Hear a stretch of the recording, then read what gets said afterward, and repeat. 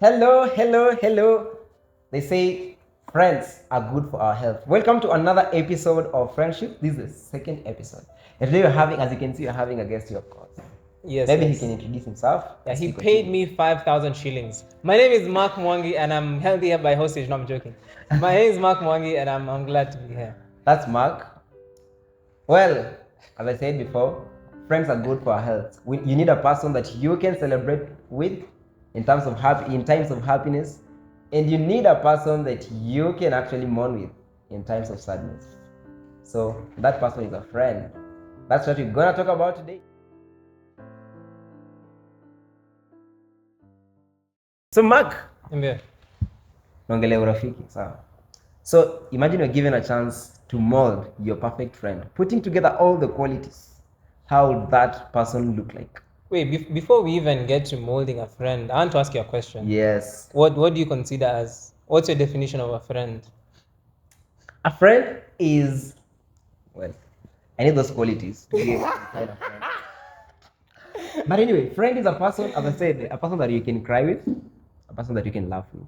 So he is ideally a close person that you can run to when you need help, but a person also whom you can depend on without fear of what? Being judged? Fear of judgment. Fear of judgment. Okay. Okay. So now I'm wondering the qualities you're looking for in a friend. A friend. As Mark. As Mark, not as Nabongo. Yes, as Mark now. It's a personal thing. Okay, my definition of a friend is someone somewhat similar to yours.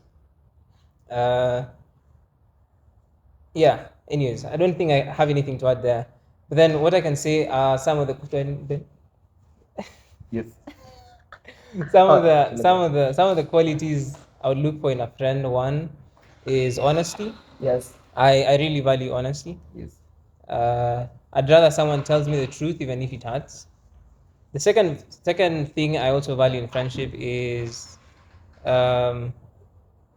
it's a trust. I think trust is way up there also, because how are you going to share someone? How are you going to share deep things with someone who you don't even trust?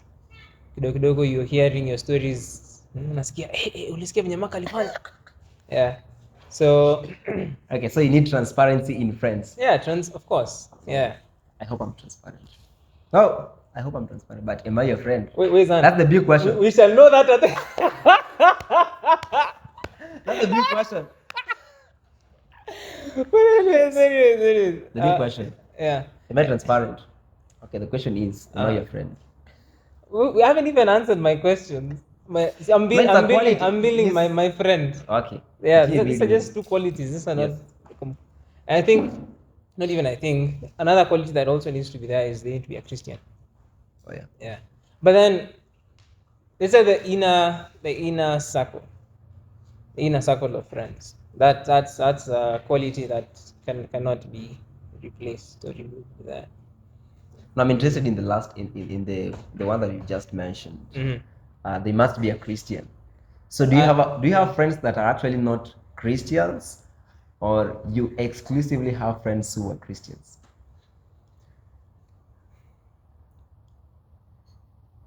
It's a good question. Let me say, not close friends who are. I have people who I interact with. I think I would call them acquaintances. Yes. But then they're not born again. Yes. Yeah. But then in terms of my close friends, they're Christians. Yeah. Okay. Yeah. So now taking Christianity out of the equation, will you still call those people your friends? For example, now let's say fellowship, because I know you have a church that you're fellowshipping in. Of course, you fellowship together. Yeah. But taking the fellowship aspect from that particular relationship that you're having with the people around you, will you still call them your friends? Yeah. Why not? I mean, Why? why not? If Okay, if you can like be open with them, Yes. if you can trust them, Yes. if you are comfortable having conversations with them, I'm asking this question because I kind of think we believers, we are having a false sense of friendships. that when the fellowship thing is taken away, Like if the you remove interaction church. is like completely cut. By fellowship, you mean removing church out of the Yes, picture? yes. And also think that's why we're having so many breakups in churches. Anyway, let's get back to friendships. I'm saying this because you start interacting with a person from a relationship point of view, now romantic relationship, and it's because church has brought you together, or fellowship has brought you together. Maybe Bible study, praise and worship thing. It's the main reason as to why you're interacting. But the moment you take that thing away, you cease being friends. For example, you start knowing the true colors of the person that you're interacting with. Why is it always whenever people act how we don't expect them to act, you call that their true colors? Why do you think that's a thing? That's because that's the real person. That is real you. Things that you do when you're not with me. But Sometimes, because you also need to be my friend to be comfortable doing some other things. But you see, okay, back to the definition we started with. Like Yes. who a friend is. A friend is someone who you can enjoy their highs and lows with. Yes. That's a paraphrase. So if you can't enjoy your highs and lows with someone who you fellowship with, are they really your friends then? Come again. If- so if you if you can't enjoy your highs and lows with the people you have fellowships with in church, are they really your friends? No, then? they're not. They're not. Then why whenever you don't interact with them as much, they automatically now are showing their true colors? No, there's some things that you, for example, let's say we have now. Let's go back to schools where we're having Christian unions. Fellowship has brought us together. Yeah. So we're serving the Lord together. We're happy doing quite a lot of things together. But the moment, for example, the school ends, we are no longer gathering together in the same place to fellowship, and now the communication also just goes down. As opposed to how frequent the communication was when we are in that particular fellowship, so to say. Okay, I see. But then you see, another thing that friendships also require is intentionality. Now, And I think you wanted that. it requires intentionality. And yes, the CUs, the Christian unions made things very convenient because Yes, yes. Is it Friday? Every Yes, Friday you're going to Friday. meet together and you're going to see so and so and so. Sunday, yes. But then friendship also requires you to get to reach out to them, even if they're not reaching out to you. Just getting to find out how is Nabongo doing, how is another person doing. So that is the communication aspect of a friend. You're a person whom you quite It's in contact with? let's say it needs to be mutual as well, because I can be your friend, but then you're probably not my friend. Okay. That's a serious statement to make. So I'm careful not to ask this question if I'm your friend, because maybe I call myself your friend, but really. Yeah, it's not like you can tell whether something is mutual from the effort also. Okay. Yeah. Especially boy-girl friendships. No, that's a story of another day, by the way. Boy-girl friendships. But do you maybe just surfacely, do you think Yeah. a girl and a boy can be friends intentionally? Yeah, I think so. I've seen that happen, so I genuinely know it can happen. Yeah. But Mark mentioned something very critical: intentionality. You need to be intentional. You need to be intentional in making friends, because the moment you lose that aspect of intentionality, my friend, when convenience is taken away, friendships also dies. Wait, I have let me pose the same question to you. What are Yes. some of the building blocks in a friendship? In if not bongo style. Yeah. Relationship, which kind of relationship? Friendship. Friendship. Platonic friendship. Platonic friendships. Because you can be married to your friend. Of course. Yeah. We need to be married to our friends. You don't expect it. But my building blocks for friendships, I wouldn't say, I don't want to repeat what you said, but of course, we must be having common values, because the moment we are not sharing the common values, we don't enjoy the same things, same things, I don't enjoy some things that you enjoy, then it means our friendship is going to struggle, and it won't take too long before it crumbles. So common shared values, for example, you say in Christianity now we faith, have yeah. the values that we hold in faith as believers. So if you don't have them, then and we have integrity, we have honesty, we have love, we have kindness, Well, we let me, have let me, let me, goodness. let me stop you there. Yes. Let me interrupt. So, in terms of values, is it maybe you like football and I don't like football, and then we can't, you can't be friends? Or how deep would you define values? Those are hobbies. Of course, they also play a role in making friends, because honestly, I have friends that we started being friends because we got ourselves in the field playing football. He's in position 9. I'm at position 3. We are tackling each other. Defender. Yes, of course. And later on, we become friends. That is in regards to hobbies. But now I'm talking about values.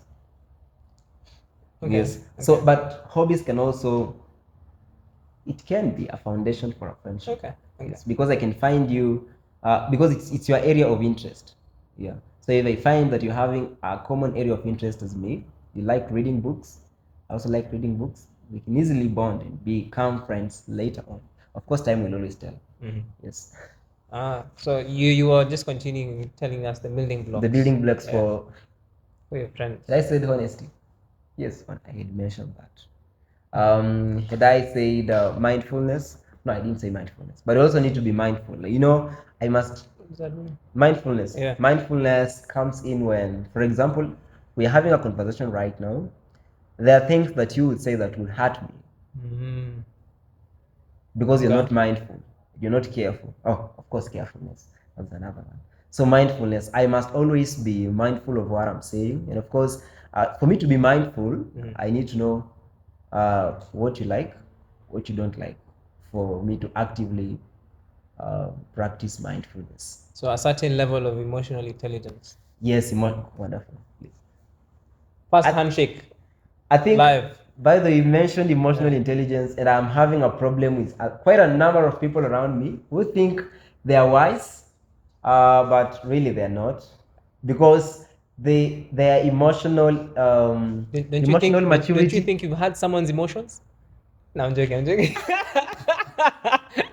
I'm joking. Because the emotional maturity level is quite very low, and we get struggling, arguing with small things that you can just agree, or sometimes you can just overlook, just move on as friends. But it's quite important.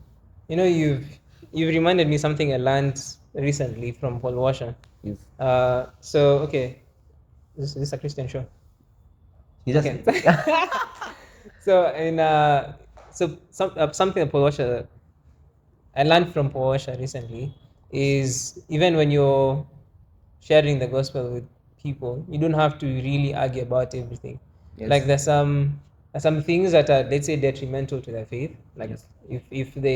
if now they continue in that path, now it will lead them into something, like it lead them away from being saved. Yes. But then there's some things you can overlook, but you don't necessarily agree with them.